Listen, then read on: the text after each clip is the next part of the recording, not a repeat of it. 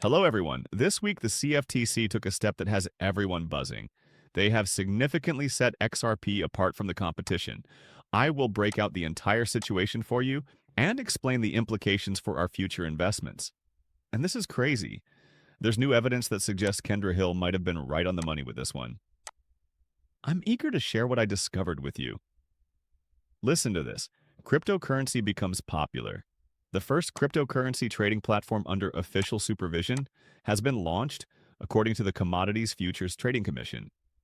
It enables Americans to finance and purchase digital assets instantaneously. Darren Botello of Fox Business is live in Washington and has all the information. Good morning to you, Darren. Hello, Maria. Good morning. As everyone is aware, it is currently possible to purchase and trade cryptocurrency online. However, as you mentioned, this is the first time the federal government is fully supporting a spot trading platform. Why does the CFTC's support for this new binomial platform even matter to investors? The catch, Maria, is that these other platforms are operating lawfully. They are frequently referred to as the Wild West. In essence, it's buyer beware. This was demonstrated by the demise of FTX and the ultimate loss of enormous profits to customers. Their funds would have been protected in the marketplace. It would have been theirs. Stricter guidelines for security, transparency, and consumer protection have been implemented with this binomial platform in order to avoid a collapse similar to that of FTX. Prior to the launch of this new platform, we had an exclusive conversation with Caroline Pham, the interim chairman of the CFTC. We want Americans to return home and trade here, where they are certain of the safeguards they are entitled to.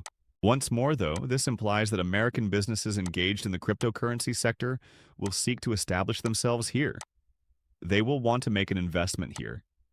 This is where they will seek to hire. Thus, the economy benefits overall from this. Additionally, Binomial informs us that the platform's actual launch is scheduled for next week, prior to their announcement. Maria. Okay, thanks, Darren. John, what are your thoughts on that, Darren Bertello? Although regulation in this market is beneficial, it's important to remember that the value of this asset is highly erratic. Customers need to be aware of that. There will be periods when there will be significant growth and people will adore holding cryptocurrency, possibly attracting additional investors. However, there will also be a period of decline when the asset's value falls precipitously. Really fast. When you lose money, you frequently learn that lesson. Correct. For many years, Washington cautioned us that this was the Wild West and that we shouldn't be involved in cryptocurrency, which is another reason why I find it intriguing. I also like that there will be guidelines. However, there is now a platform. I therefore consider this to be similar to other stocks and exchanges in the future. They will likely be interchangeable in my opinion. The fact that the SEC isn't in charge of this and that there is a change to a new platform really interests me. Paul Atkins and I had a conversation about it earlier this week, and I believe he views it as if the SEC and the CFTC are collaborating. However, he is undoubtedly trying to make digital materials simpler to access. Yes, and I believe that when you know that there are rules and regulations in place to ensure that we're not just out in the wilderness trying to figure out what's right and what's wrong, there will be consumer confidence. And because fraud is so common these days, when you are engaging in these kinds of transactions, am I actually investing in a legitimate platform or am I just throwing my money away? All right, so this is what I truly desire. What if Fox News genuinely dug into their wallet and invited some real cryptocurrency experts to educate their viewers about the true situation? To be honest, though, I'm not worried, because we're still winning here even without it. Imagine this. How many houses does Fox reach? We're talking about a very large number of viewers being exposed to this area. Just that exposure has a lot of power. October 2024 Binomial press release. As they create a compliant derivatives market for assets like XRP and plan to use RLUSD for settlement, Binomial's strategy of introducing offshore trading models into the US. Derivatives market offers a large market potential. Check this out now. It wasn't simply news when Ripple made the decision to financially support Binomial. It was seismic news in our world. The entire Binomial-Ripple relationship. I'll put this on the screen for you, so hold on.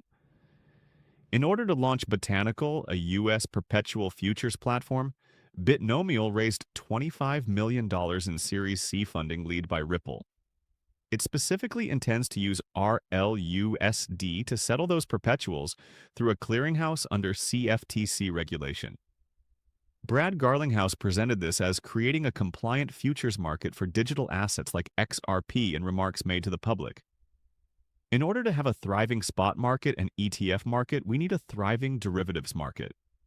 Additionally, if we want to see XRP used as a settlement asset, we will need greater value on-chain, and this will be a crucial component.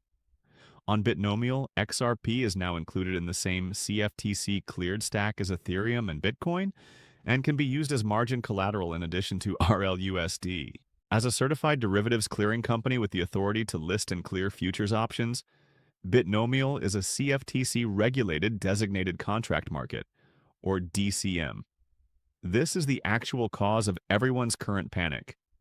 And pay attention, CFTC's Caroline Pham. She has been dropping bombs all over the place, some of which sound eerily like they were written by Brad Garlinghouse. How many times has she now rolled up to Ripple's offices? Several. I will be honest with you. This individual may be the most intelligent person to oversee this industry in a very long time. The CFTC oversees the CFTC-regulated exchanges that list XRP and controls XRP derivatives. Everyone is watching the clarity. This is what makes me laugh. The SEC is totally out of the game and watching this one from the sidelines. Why? The security designation is not given to XRP. The case is closed, there are no problems, and everything is operating smoothly. A bill in the U.S. Senate might formally designate XRP as a commodity subject to CFTC regulation. New developments regarding that? I'll be the first to tell you about it when it launches. However, have a look at this.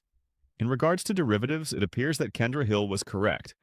Then, was her claim that Amazon owned 5 billion XRP correct? Wait a minute. What sort of rabbit hole are we going to fall into? According to Kendra Hill, Ripple's ultimate goal is to use XRP to manage the whole derivatives market, with CODIS serving as the missing smart contract component and cross-border payments serving solely as a testbed.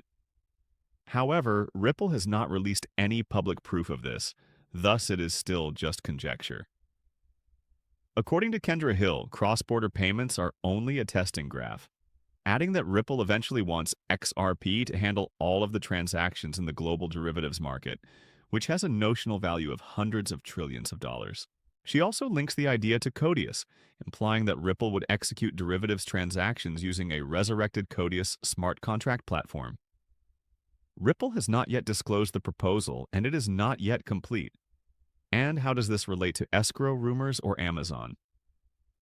The outdated screenshot that claims Amazon negotiated a 2015 contract for 5 billion XRP in escrow, and that a covert relationship is expected to be disclosed, is included in the same lure bucket.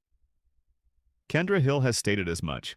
According to David Schwartz, CTO of Ripple, there is no proof that Amazon has this kind of stake, and blockchain-visible escrow accounts don't display an official Amazon allocation.